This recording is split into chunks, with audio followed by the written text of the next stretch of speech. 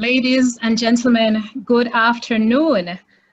Thank you for joining us on this webinar surrounding building generational wealth.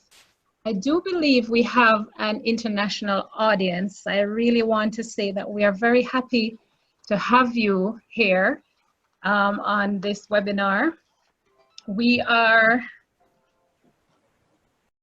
one second.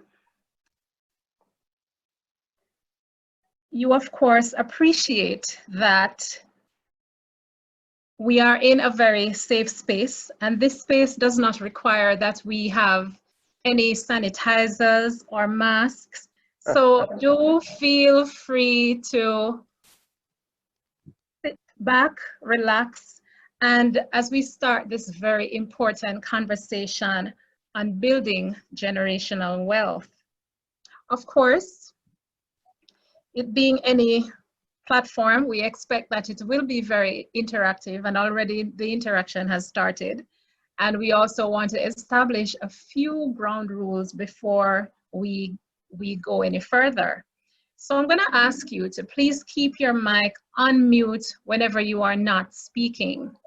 And if you realize you may not have a mic, you could perhaps move to an area where there is less background noise coming from you. I'm going to ask that you post your questions, even the silly ones, at any time in the chat. And you can also respond to any question that we may pose to you also in the chat. Listen, we ask you to please listen to the person who is speaking. And to raise your hand whenever you have a question. That raise hand tab is also included in the participants tab. If you click that, you will see a tab to raise your hand. We ask you to please be respectful in your feedback, and all the references we'll be using throughout this webinar will be taken from the Bible, Jamaica's legislation, and the book Perpetual Wealth, which is actually where the idea kind of came from to start this webinar. I met Magdalena, she shared this book with me, and it was like a godsend, because we realized that this book is teaching us a lot of principles that we probably knew, we forgot about it, and now is a good time for us to revisit the conversation. Of course, we want you to learn and we want you to laugh. We will be having this webinar over the course of 4 weeks. So we definitely look forward to having you with us. Now, the conversation of building generational wealth is such a dynamic one. And it is one that we need to have today to start building a solid foundation. There's an old saying that says, the best time to plant a tree was 20 years ago, and the second best time is now. And so, what better time than now to start this conversation? So we'll be covering over the next 4 weeks some steps necessary for this execution and this very exciting venture. I am your host. My name is Lynette Nicole Brown. I am a licensed sales representative by the Financial Services Commission, and I am a financial advisor with Sagicor Insurance Brokers Limited. At Sagicor Insurance Brokers Limited, we offer products in US dollars, so with regards to annuities, insurance, and investments.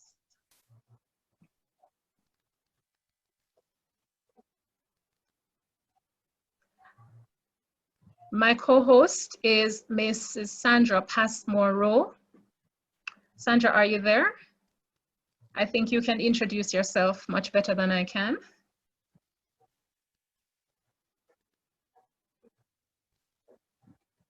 Okay.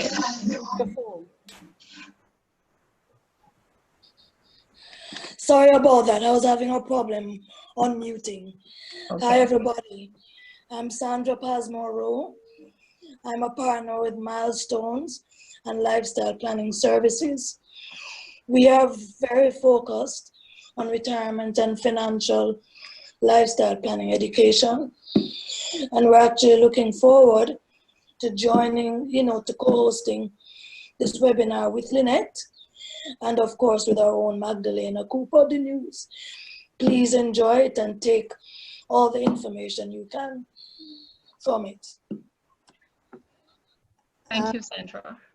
Thank you. My name is, everybody knows, my name is Magdalena Cooper, the news. It is just such a joy to be part of the team presenting here. As I said to Gregory earlier on, my cousin Gregory in Trinidad, this has been a dream of mine for many, many years.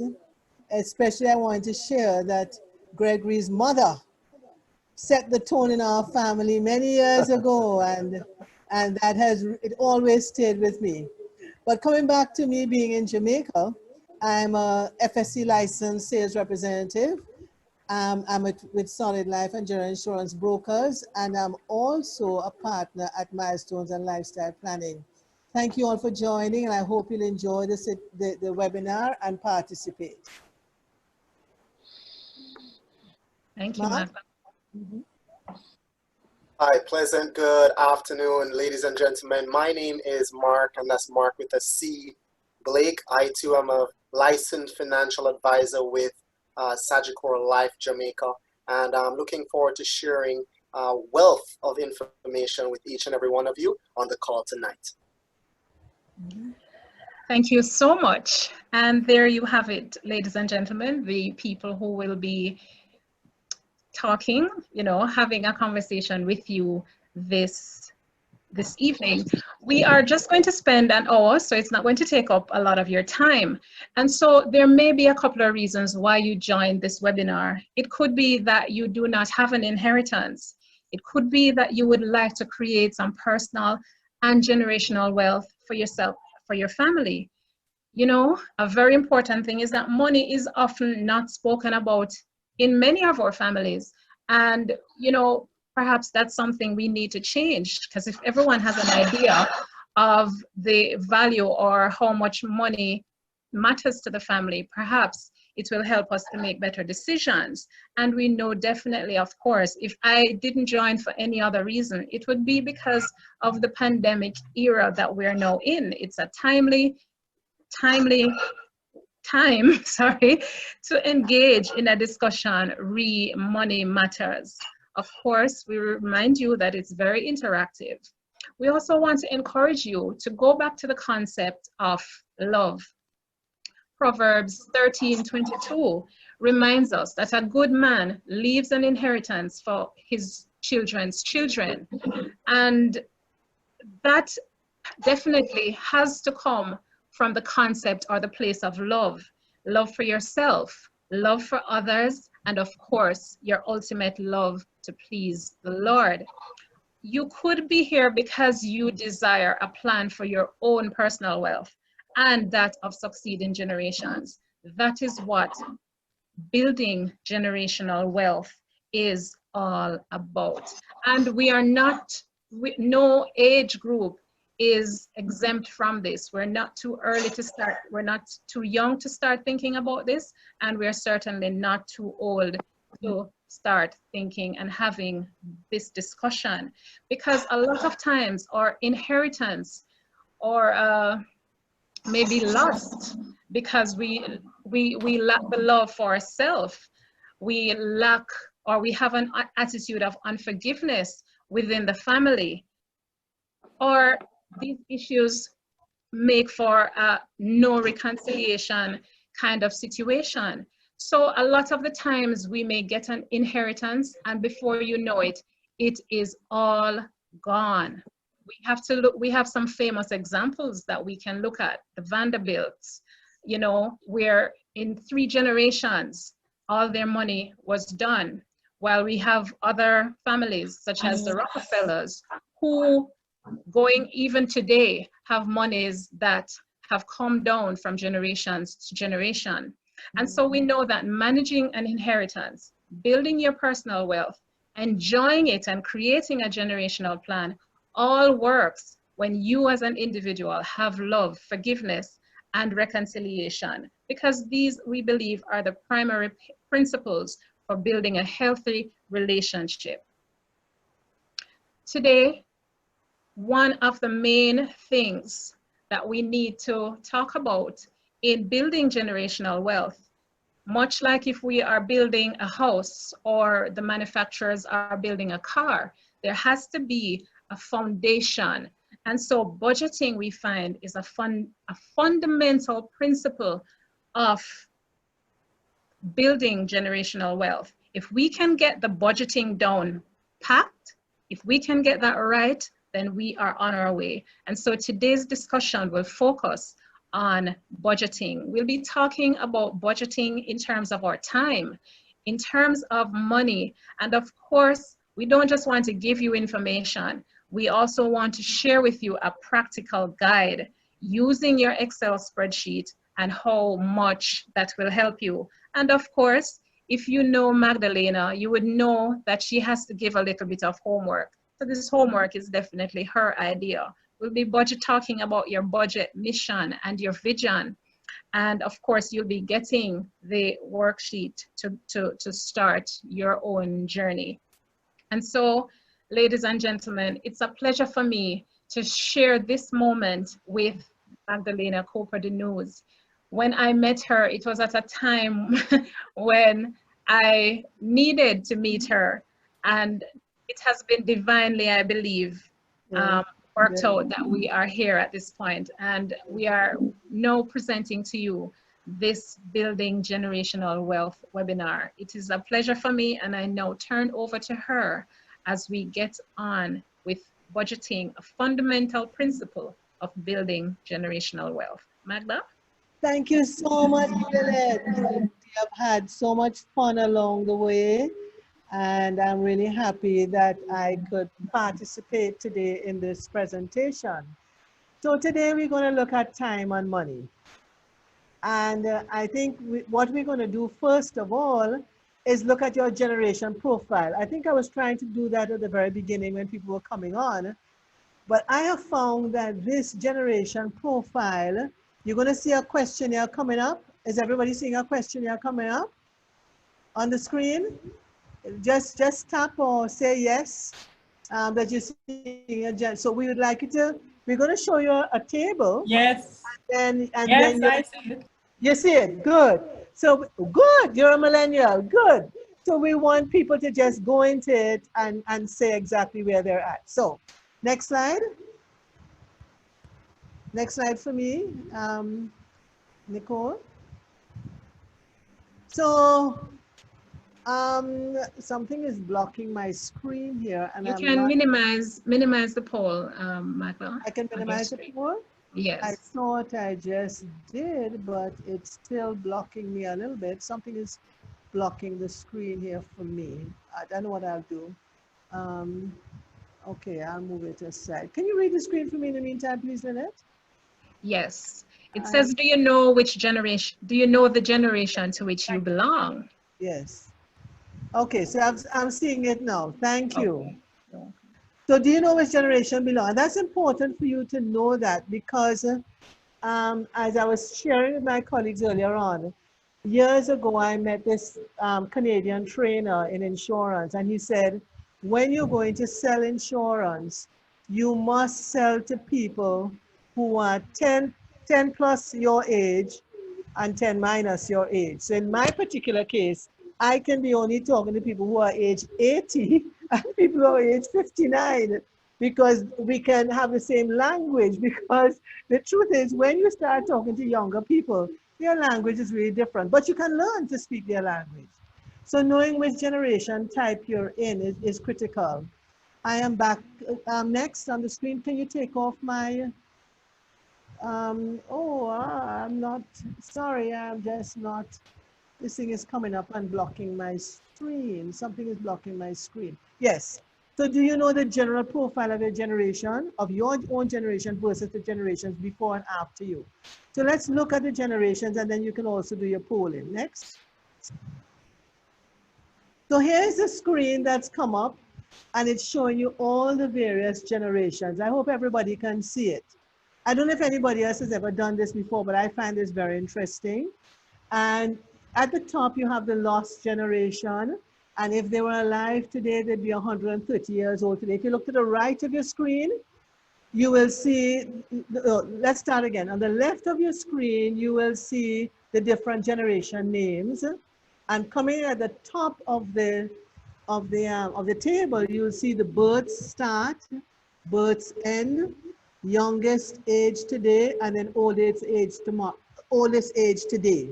So if anybody's in the lost generation and they're alive today, the youngest would be 105 and the oldest would be 130. So if you all know anybody in that age, go onto the link at the bottom of the screen. And when you go onto that link, it will tell you how to communicate with those people, how they think, how they act. It provides invaluable information. And then the interbellum generation, they'd be 119 years old if they were alive today.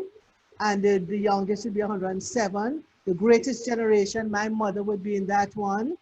My grandmother would be in the 1890 category. My mother was in the greatest generation category. If she's alive, she'll be over 100 today. The silent generation, as you can see, the youngest is 75 and the oldest is 95. And the baby boomer, which I am into, the youngest is 56 and the oldest is 74. So if you can go through Generation X, I'm sure some of you are Generation X between 41 and 65, Zennials 35 to 45, Millennials 26 to 40, iGen and Gen Z, they're between 8 and 25, and then the Generation Alpha, they're just coming up. Now, the reason why this is also important with budgeting, you can teach children to budget from the time they can reason out and they can talk, right? But the legal aspects of budgeting really come into play when you get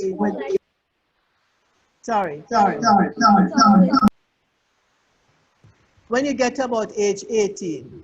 Next slide, please. And remember, you can post your questions in the meantime. Again, why you should have a budget, remember, love is the guiding principle. And also remember that time is equal to money. If you don't use your time very well, the money won't come. So a budget helps you to allocate your focus time to prepare, plan, and monitor a particular area of need for your personal growth and development. And it also, it also helps to provide guiding principles, rules, activities in pursuit of a vision, mission for yourself and your succeeding generations. Just think about COVID-19 and all the lockdown and so on we're having now. If the governments didn't do that, we certainly wouldn't see the benefits. So having rules as to how you spend your money, especially if you're married, how you spend your money, how you allocate, what you do is very important. You know, I always tell people whenever I make these presentations, and if you all don't like this next example I'm going to give, you can tell me you don't like it, and you can put up a little chat hand to say you don't like it. Whenever you go to funerals and you see the surviving spouse crying and bawling and wailing and fainting at the graveside, you know why? They don't have a clue what to do because money was never discussed when they were married. And so they're now left with, I have to now look at all these things, but my husband used to do the bank, he used to go to grocery, he used to do this and that. What am I going to do? And I've actually known of a couple who was like that. And I don't think she lived very long. The wife didn't live very long because the husband did everything. And so we have to be very careful when we're in relationships, especially a marriage, that we share the information on money matters. Okay, budgeting time on money. Again, my screen is blocked with something. I don't know what it is, and I can't seem to take it off. Okay, it's gone now. All right, there's something else here. Forgive me. All right, so time is money. We agree on that. So do you have daily, weekly, routine time activities which you follow? For instance, do you have times when you wake up? Do you have times when you exercise, devotional, quiet time, breakfast time, bathroom time? A lot of people have been missing out bathroom time, not realizing that you need to go to bathroom at least 3 times a day. Not for liquids, but for solids. Did you know that? And for breakfast, what I have learned as I've got older is that you start your breakfast day with a glass of water, because you have to flush out the old stuff from the day before. Your body just can't do it like, automatically when you're younger. So that's very important. So what about leave home for work and stay at home for work start time, especially during this COVID-19 era? Family time, if you're married and you have children, please take some time out and have family time. Next. Lynette, next. And then drink water time. I remember, I only hope that Michelle Nita is on. She taught me this many years ago, that Magda, if you don't start your day with a glass of water, you're going to feel it later on as you got older. And I'm glad I did, because I have very few ailments. I have some, but I don't have that much. So all these scheduled times are part of showing love for yourself and for your family as yourself, and provides a seed to build personal and generational values which build financial wealth. Because if you don't have a healthy body, you can't talk to each other, how are you going to build the wealth? You can't discuss it. You have to have a sound mind to be able to do that. Next. So what we're going to do now is that we're going to look at a video on budgeting, and we hope that this will give you the guidelines which will take us into the next part of our presentation. Over to you, Lynette.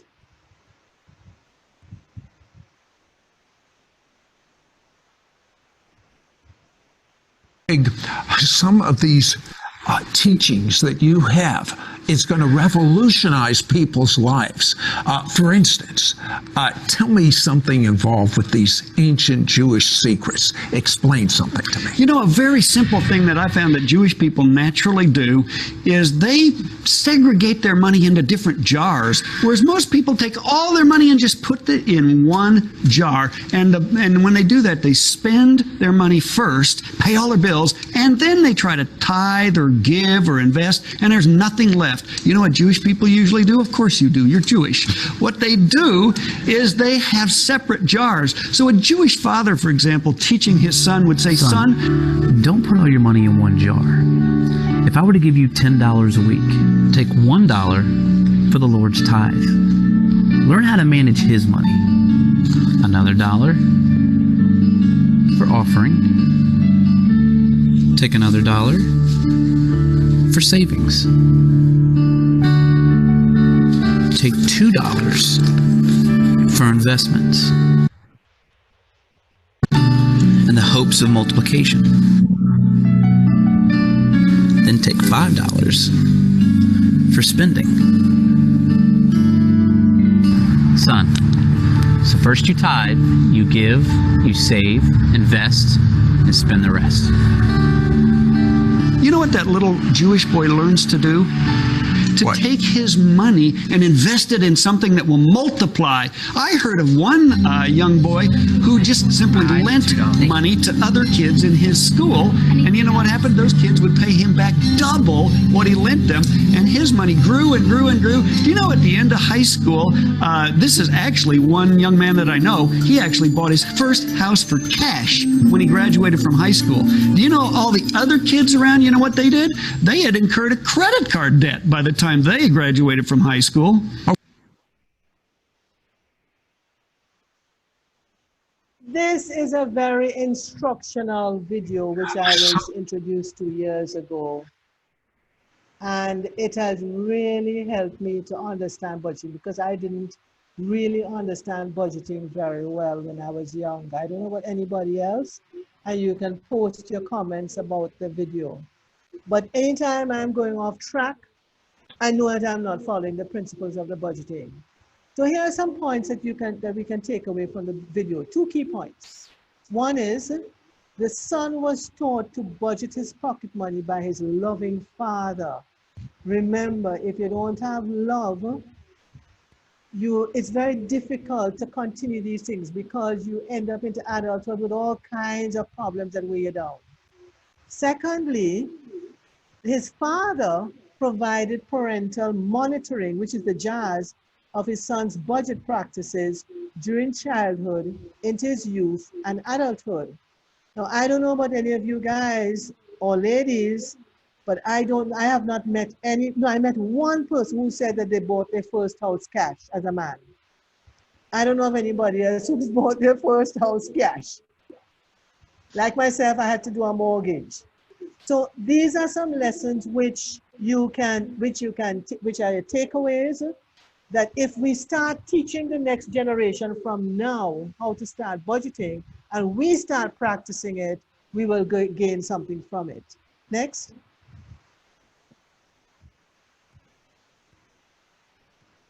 So building generational wealth requires us to learn to budget, and I'll now hand back to Lynette, who will then introduce Mark.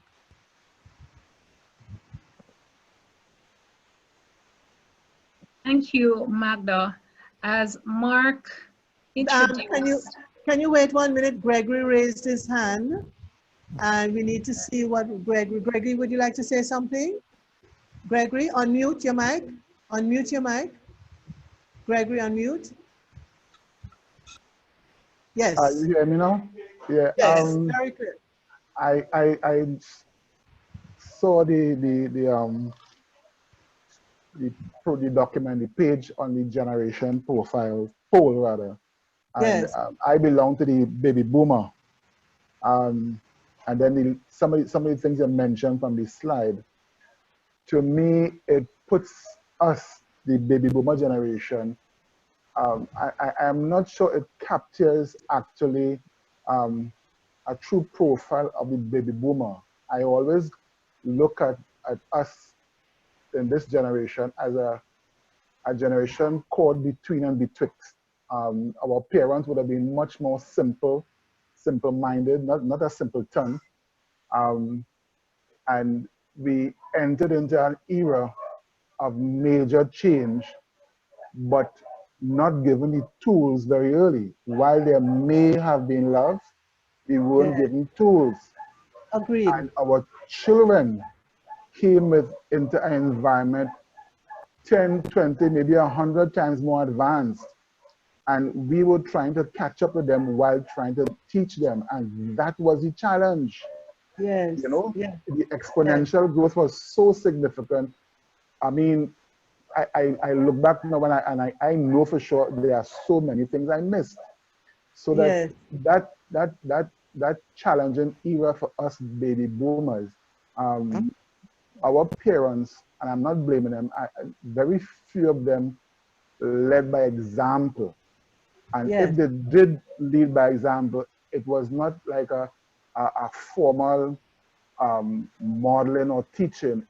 They were just in survival mode, and some of them, it was a hit or miss. Some of them got some things right, some of them got a lot of things wrong. Yes. So that but what I would say though, Gregory, is that's why we're doing the seminar. Because you're quite right in terms of how baby boomers were caught into it. We have to say, okay, what do we do now? That's correct. That's correct. Yes. Do we put cauterize it now and say, okay, if time lasts another 50 years, do we still want the same thing with the next generation? No. So that's what that is supposed to do. Because as you rightly said, we can't blame the ones who've gone before. They did what they did best. So we now have to catch up. Yes. Yes. Valid point. Valid point. Valid point. Anybody else has their hand up? Anybody else? No. No? I see there's some chats though. Yes, but not comments yet regarding the topic. Okay. All right. Go ahead. All right. And so we now go to our next presenter, Mr. Mark Blake, who will guide us through some practical aspects of budgeting, which, as we said before, if we get these things right, then we will be on our way. Just want to share something with you before Mark comes.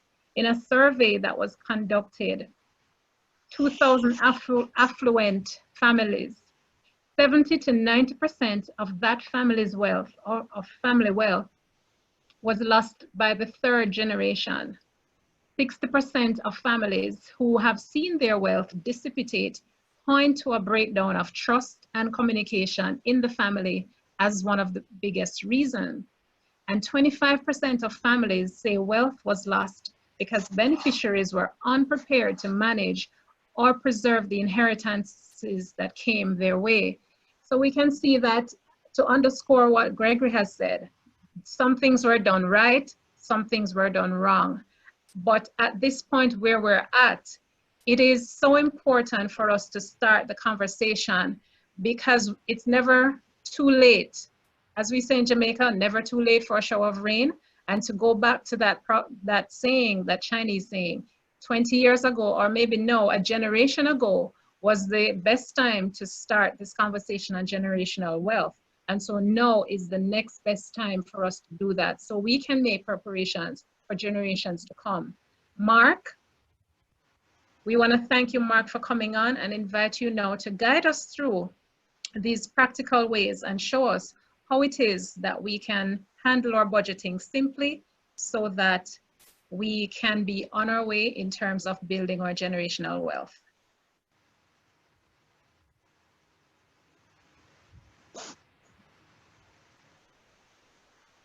All right, I got it. All right, thank you so much. Thank you so much, Nicole. I do appreciate it. And yes, a lot of wealth has been lost, but let's not look at the past, but instead look to the future, right? So again, thank you. Good afternoon, ladies and gentlemen. It is indeed my pleasure to be sharing with you just a few key principles about budgeting, which I believe is the foundation to building generational wealth. If you're not taking notes, I would suggest you grab a pen or a pencil, because you know the dullest pencil is better than the sharpest mind.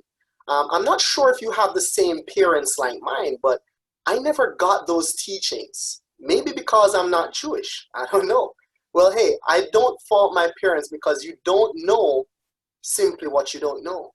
So we spoke about earlier about the feeling of not having enough time. Time is usually due to a lack of planning, not having enough time. When you feel like you're being rushed, when you feel like you're just not in control, that's a lack of planning. So, you know, maybe the reason why we feel as though we don't have a lot of money could also be due to a lack of planning. Now, let me first start off by asking, who here feels as though they simply have too much month at the end of the money? Right? What does that mean exactly? It means that your paycheck and the month is in a race. It's in a race for who will finish first. And guess who usually tends to win? Right? Don't be ashamed. We have all been there. Well, what we are about to discuss is how you can become the master of your money. And instead of you working for it, guess what? It can work for you. See, the budget guide that we're about to discuss was designed around the principles shared in that video, right? That video you just saw is a very powerful video regarding the 5 jars. But not only that, it was also crafted around the framework of the Jamaican law. See, Magda and I, we've been working for years together. And when we came across this information, we decided we had to create a budget guide that was easy to use, that took into consideration the Jamaican laws, right? See, anytime I'm speaking with someone about making a purchase, they will normally say something along the lines of, where am I going to get that money? Right? Now, where do you get money to do anything you desire? See, it's not usually how much money we make that's the problem, but it's instead how much money do we keep? Now, when you think about it, we have multiple streams of outgoing expenses, but a lot of us only have one stream of income coming in, which can be a challenge. So this evening, we will be discussing how to give every dollar a name and to be good stewards of what we have, whether a little bit or a lot. And might I add, how do you expect to be blessed with a lot if you cannot manage the little you've got. So let's dive into the first two jars, which are tithing and offering. See, in Proverbs 3:9, it states, honor the Lord with your wealth, with the first fruits of all your crops. Now, I'm no theologian, but if you want a very good outline as to how we can build generational wealth, just read the Bible. See, a tithe is a specific amount, the word tithe in Hebrew means 1/10. So 10% of your income should be given first. Now, wealth is also a mindset. See, I learned a few years ago that people of modest means, they tend to spend first and try to invest what's left, right? While wealthy people invest first and then spend what's left. And I can tell you this, if you try to do that, just spending, take the first SP off the word spend. What do you get? End. That's what's going to happen to your money. It is going to end if you continue to spend it. So what we're going to do right now is just dive into this. We want to talk about the budget guide. And I'm just going to share my screen with you really quickly so you can see an example of this very easy to use budget guide that you can use in your family to navigate your family expenses. Now, I hope you're seeing it loud and clear. Let me get a thumbs up or a 111 in the chat if you can see this loud and clear. All right, thank you, Claudette. Appreciate it. All right, great. So look at this. Gross income and remuneration sources. Those are your first sources of income. Income number one, income number two. You can drop it in there. Now let me go ahead and drop, let's say 200,000. Let's drop 200,000 in there. Boom, right? You also have income tax refunds, dividends, or maybe interest payments. Well, you're going to get a total gross income every single month. See, if I scroll over to here at the end of it, you will see where it is total year to date. So a lot of people are not going to want to look at that end date, right? Because you're going to see that you've probably gotten a lot of money. See, a lot of people who I talk to about this, they usually say, Mark, I felt as though I got a raise when I got on that budget guide. And it's true because now you know where your money is going. So your tithe and offering is first, 10% for tithe, 10% for offering.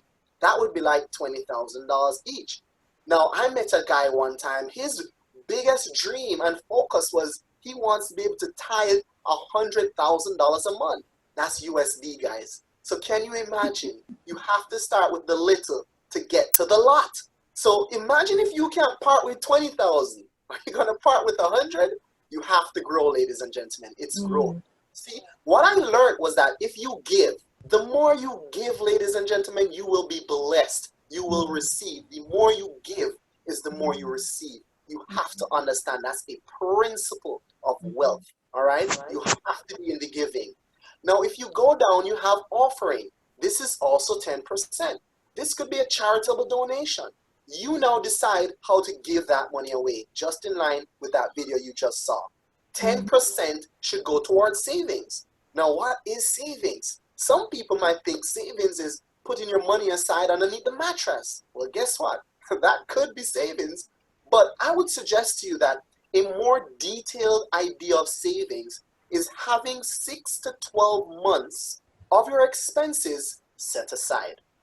You have that, and I can tell you in these times right now where we are, and I pray for all the families out there who are affected by COVID, but if it is that you have put in place 6 to 12 months of expenses, you'll find that in this time, you can navigate the waters, especially if you're not going to be able to have a job. A lot of us right now are at home and probably can't work from home.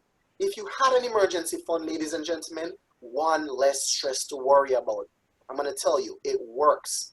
NIS is a tax-deductible, tax-deferred benefit that you will get. That's also calculated, $3,125, right? And there's a ceiling to that. NHT, that's tax-free. That's $4,000 that's coming out of your gross, right? Now you have the credit union, you have the emergency fund that I just put $12,875 there. right? Let's take that out, but let's put 0, right? Your education fund, maybe you want to further your education, or maybe you want to help your children further their education. You can put that aside.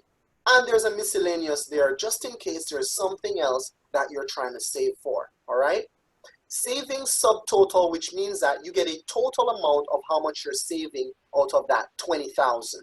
Well, guess what? There's a surplus, 12,875. Now you can plan for that, guys. Now do not take that money and go to the mall, all right? That money is now to go to your emergency fund, your education fund, or something. Let's put it to your education fund, 12,875. Good. Now you notice surplus is at 0. Ladies and gentlemen, this is called a zero-based budget. It means that you should have nothing left. Everything should be allocated accordingly. Remember now, every dollar has a name. Now we want to move down into the investment quadrant. This is the investment jar, rather. 20% goes to investment. This is hopes of multiplication, all right? We said earlier where time is equal to money. Well, might I add that if you are exchanging time for money and there's only 24 hours in the day, then you're going to run out of money, right? You're going to have to get yourself skilled up, educated in something else so you can increase that amount of money you make in that time. Well, guess what, ladies and gentlemen? Learn to multiply your money. Now you're not exchanging time for money. Instead, you're exchanging money for more money, all right? So you can do that by setting aside some funds in your superannuation fund, or maybe your approved retirement scheme, your public sector pension plan, a life insurance plan, stocks and bonds, miscellaneous. You can put whatever it is that you're investing there. And again, you have a surplus of $40,000. Well, I'm going to go ahead and put in life insurance $20,000, and I'm going to put in my approved retirement scheme $20,000. There you have it. So my subtotal is 40,000. 0, right? Well, guess what? Suppose I was doing $25,000 to life insurance. That's negative 5,000. That's a deficit. That's when I'm going to call Nicole and say, Nicole, I think I have too much life insurance, right? Well, let's not call her and tell her that. Okay? $20,000, and now you're at a zero-based budget. Now, this is the part I really enjoy doing with my clients, the personal spending. Because they'll tell me, Mark, I just simply don't have enough money. But you have the entire half of your paycheck. What are you doing with it? And a lot of times, they're not saving. They're also not investing. So that's 50, 60, 70%. That is still not enough. Remember I said, it's not how much you make. It's how much you can keep. So now we have personal spending at 50%. $100,000 out of that 200 is now yours. Income tax is already calculated. You don't need to figure that out, okay? Education tax already calculated. Can it get any easier? Right? Well, your groceries, your loans, your rent, your mortgage, refurbishing account, you can go ahead and put those together. You know, I was speaking with my mentor, Magdalena, one day, and she was saying to me, you know, I want to make sure that I pass the information on that people should have a refurbishing account. Why? Because you want to know that if you're passing on property to the next generation, you don't want them to get it dilapidated. No, you want it to be in proper order. Why not be saving towards that as well? Guys, it's all in the planning. And if you're like me, when you're at the grocery store, how many of you do this? Put a 111 in the chat if you do this. You're at the grocery store, you're at the checkout aisle, and you start to prioritize what's in the cart, right? The things that are not so important goes to the back, and the things that are goes to the front. And my wife will always tell me, are you sure you need that? I'm like, yes, I do. It's in my budget, right? Well, guess what, ladies and gentlemen? If you go to the store with a proper sound budget, you can know exactly how much you're going to spend, how much you're going to come out. Just allocate for it. So you see here where your total expenses would have come to $16,946. You can also put together your utilities. Know that ahead of time. I mean, sometimes it might vary, but on average, you can get a good example of what it will be. Digital is probably fixed. Flow is probably fixed. Your JPS NWC might vary a lot. I mean, a little bit, not a whole lot. Try not to let it be a whole lot. Well, in this COVID time, guess what? Mine, it has been a whole lot, right? The AC running all day. We're going in and out of the fridge. I mean, it's crazy. So, so I have to budget for that as well. Mark. Yes. Somebody has put up 3 ones. They didn't just put one, but they put up 1, 1, 1. Right? I know that resonated, right? Because everybody does it. I know I do it. Everybody I always spoke to about it, they do too. So motor vehicle expenses, guys, this is another thing that I touch on all the time. Listen, you do not need to wait until the end of the year or maybe semi-annual to go to the tax office to pay for your registration or your fitness. You have to find that lump sum one time. Come on, guys. You can put that aside every single month. So it's there. Fitness and registration. Your servicing for your car. Plan for it. You know it's going to need servicing. What do they tell you? 30,000 miles or 3 months, whichever one comes first. You know, right? So start to plan for it. Why not? You also have accounting services, right? You have extraordinary expenses, so gifts, health insurance, donations. Guys, you can get a total at the end of your spending, which will tell you you have a surplus now of $83,053. So you can now go back and reallocate that. But of course, we didn't put in any gas, we didn't put in any utilities, and we didn't put in a lot of other things. But in the essence of time, I hope you get the gist of that, right? I really do hope you get the gist of that. Now, we created this just so that individuals can literally give each and every single dollar a name. But not only that, we made sure that it was in compliance with the Jamaican laws. We included all the necessary things that you don't need to work anything out, okay? It's so simple, so easy to use. Ladies and gentlemen, this is the budget guide. We're actually on version 9 right now, so you know how many tweaks we have made, all right? But I'm going to be able to give this out to each and every person who is interested in actually taking control of their own finances. Now, I think it was Eric Hoffer who said, in times of change, the learners will inherit the earth, while the learned will find themselves beautifully prepared for a world that no longer exists. And as you can see in front of your eyes right now, ladies and gentlemen, our world is changing. Our economies are changing. We need to take control of our finances today. And with that being said, I thank you guys for coming on the call, and I turn it back over to you, Nicole. Okay, thank you so much, Mark. What a word, you know, and I had to, when you said thank you for coming on the call, I thought we were at the end of the webinar. I was gonna press end a while ago, and I said, no, that's not the idea. But I really wanna thank you, Mark, for such a good work. And just to say that the feedback so far is that everyone has found, you know, this information so profound and loving it. There is someone who is talking as a baby boomer. Well, we all can read it, you know, but so many things are at our disposal that we should take advantage of. You know, we may know some of this already, but today may be the day that it is reinforced. Now, there are various vehicles to building your wealth.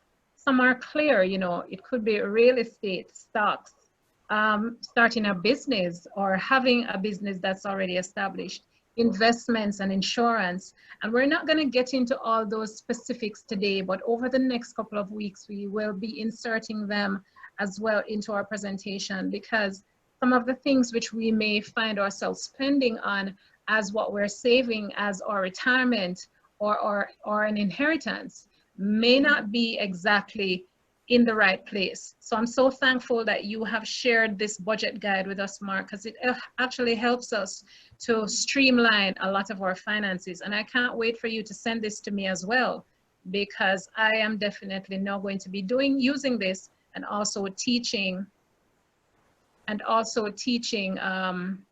my own daughter. I would appreciate if you could stop sharing your screen, Mark.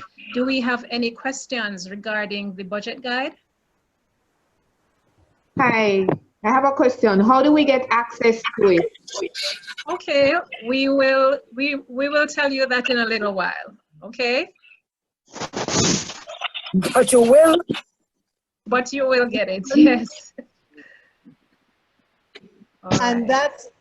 that's the objective here, to give you all access to it. Everybody's going to get access to it. Okay. Any other questions? Okay, Nicole. All right. So this is now the exciting part, and this is the part where we'll all get to participate, right? We know that as a trainer, Magdalena loves to give homework. And so, of course, this is her part here. All right, so your homework basically is to find out or to write it down. Habakkuk 2 says, write it down so that those who see it can run with it. What is your budget guide? What is your mission or your vision or your goal in budgeting? Keep it simple, you know, keep your focus. And there are many reasons why you will want to have a budget. It could be because you want to adopt better money management skills, and you want to know, start that conversation between not only yourself but your spouse and also the rest of your family. Remember, starting with the jars. Maybe you want to build your personal wealth. You want to clear off your debt. You may want to purchase a home, personal or vacation home.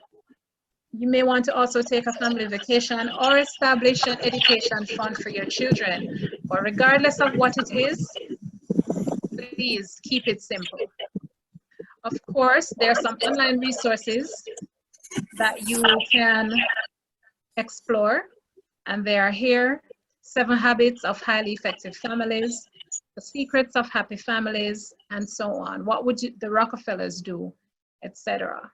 Now, of course, our very special gift to you this evening is Mark Blake's Excel budget guide worksheet. It's for individuals, it's for families or couples, it's for retirees aged 55 to 64, and it's for retirees who are 65 and over.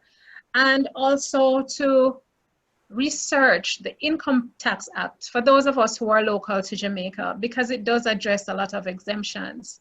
And you can find that Income Tax Act at www.moj.gov.jm/laws.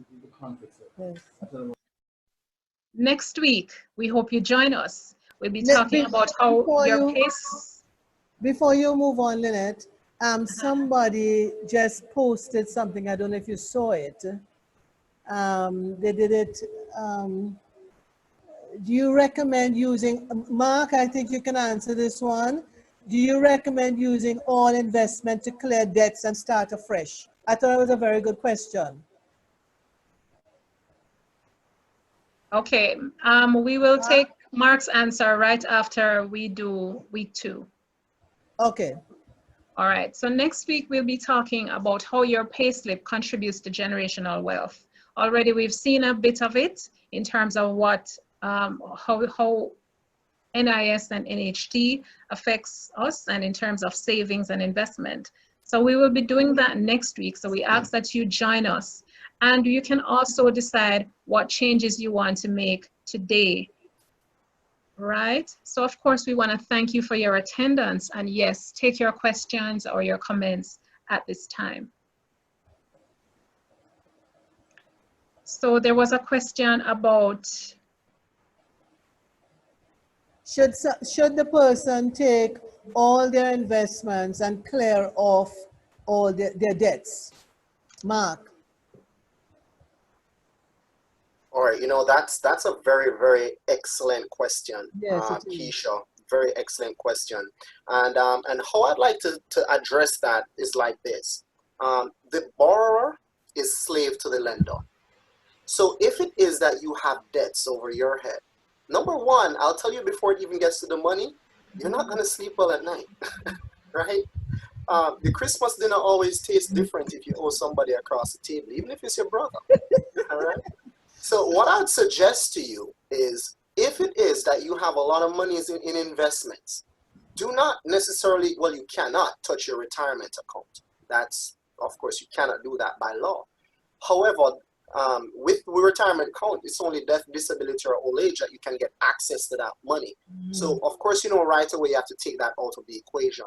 But if you have other investments, I would suggest, yes, pause those investments, put everything that you have towards your lowest debt, not your highest, but your lowest debt. Why? Because it's a psychological thing in paying it off. If you pay it off, you will feel good. Those endorphins will start to flow when you see it get knocked out.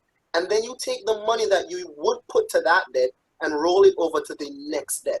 And you will find that that's a snowballing effect, so that you can clear all debts really quickly, all right? But I would definitely suggest that if you look at the budget guide, for now, get your debts out of the way so that you can start to build real wealth. Because if you're investing, and let's say you're investing and your returns on your investment is 4 to 5%, yet still your debts are 30%. You're kind of canceling out there, right? So you want to make sure you get all your debts out the way, so that all the money that you get for yourself as income can actually be your money for income, and that can be used to build your generational wealth. I hope that answers your question.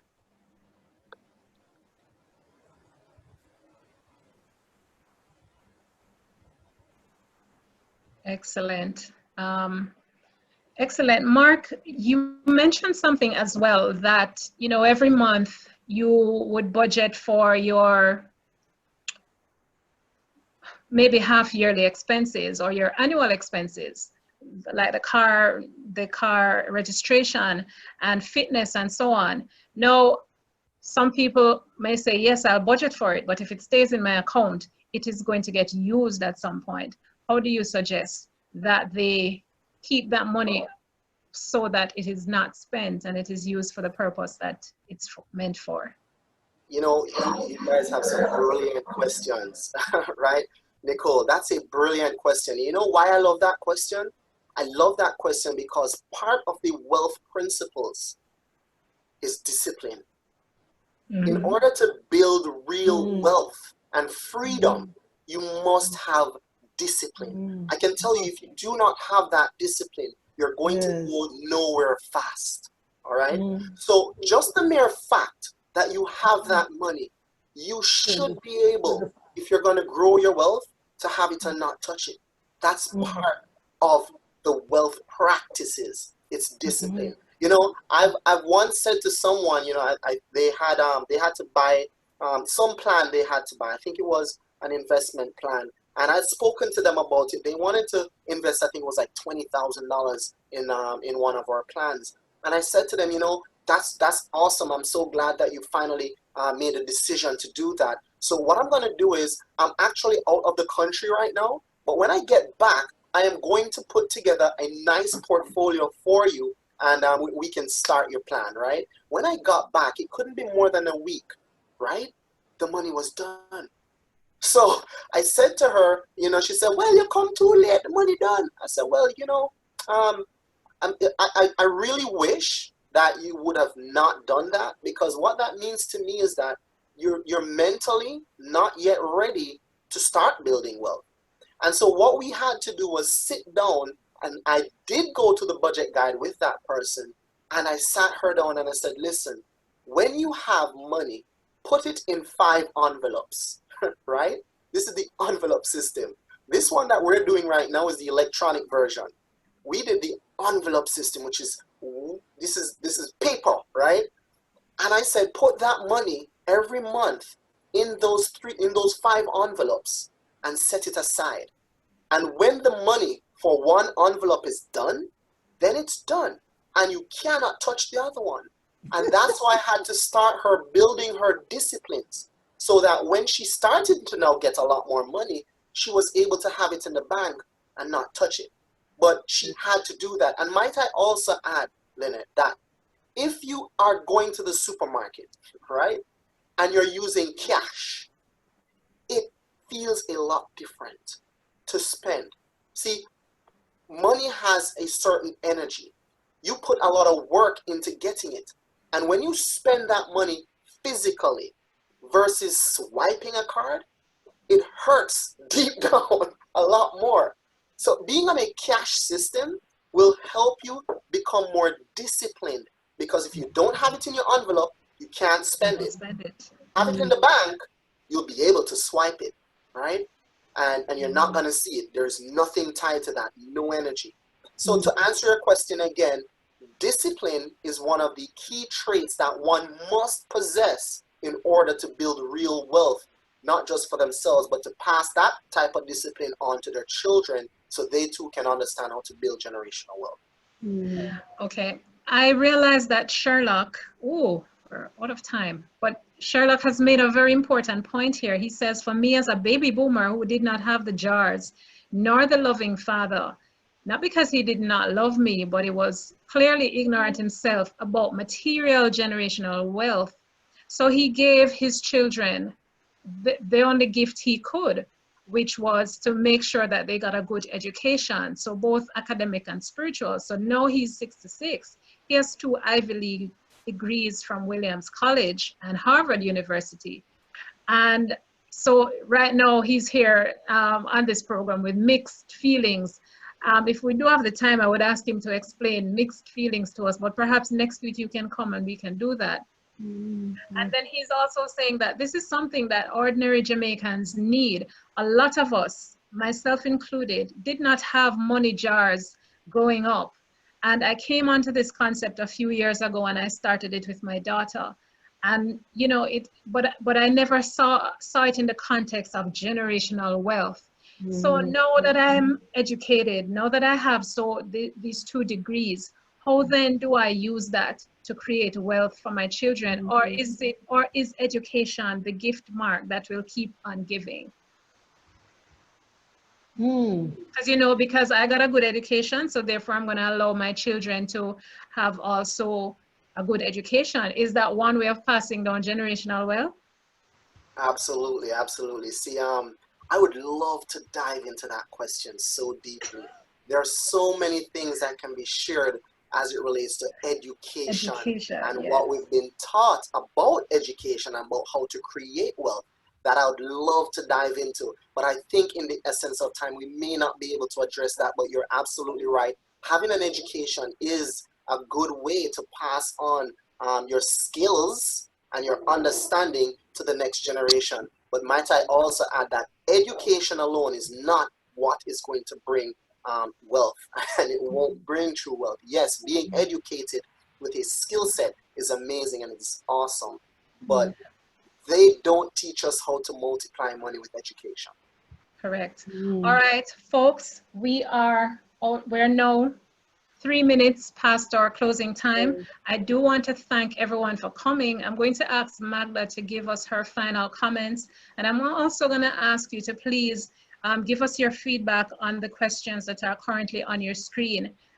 Magda, we are all reachable here on our telephone numbers, and if you would like to send an email or to share some information, you can email us at info.generationalwealth100@gmail.com. We'll also be sending you the budget guide to your emails. I hope that you have registered to get this. If you have not, then please leave your email in the chat and we will get that out to you. Hey, all Lynette, right? Yes. before you go, we have a square that's blocking the slide so they can't get the numbers off. Yes. Oh, okay. Yes. Can you see it now?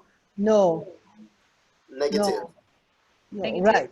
That's what it is now. Yes. All right. Can I just make a comment here? I really hope that everybody enjoyed being on this show, on this webinar, I should say. The show, yes, webinar. We're all on the show of life, that's for sure. And please take time when we come back next week, Thursday, at 5:30 again. Please take some time and come to share, because we're going to have some sharing time. Because next week we are going to be looking at your payslip. If I'm correct, right? Your payslip next week. Yes. Because it's the payslip, whether you are working full time or you're part-time, or you're a self-employed person. In the same way you saw the budget guide today, you need to know how your pay slip works. So looking forward to seeing everybody next week. And Lynette, can you tell them how to get access to this recording of today's program, those who came in late? All right, so this recording will be available on YouTube, and I can also send you the link when it is completed via email, but this will be available on YouTube, so you can go and look back at it at any time that you wish. Okay. All right, so I want to say a very special thank you. Thank you to all our guests that joined us today. From Trinidad, from the USA, from Jamaica, from our team members who have been here to provide us support. Just really want to say thank you very much. Now, start planting today and teach future generations to do the same. That's what will make perpetual and generational wealth. Do have a pleasant evening. Bye-bye.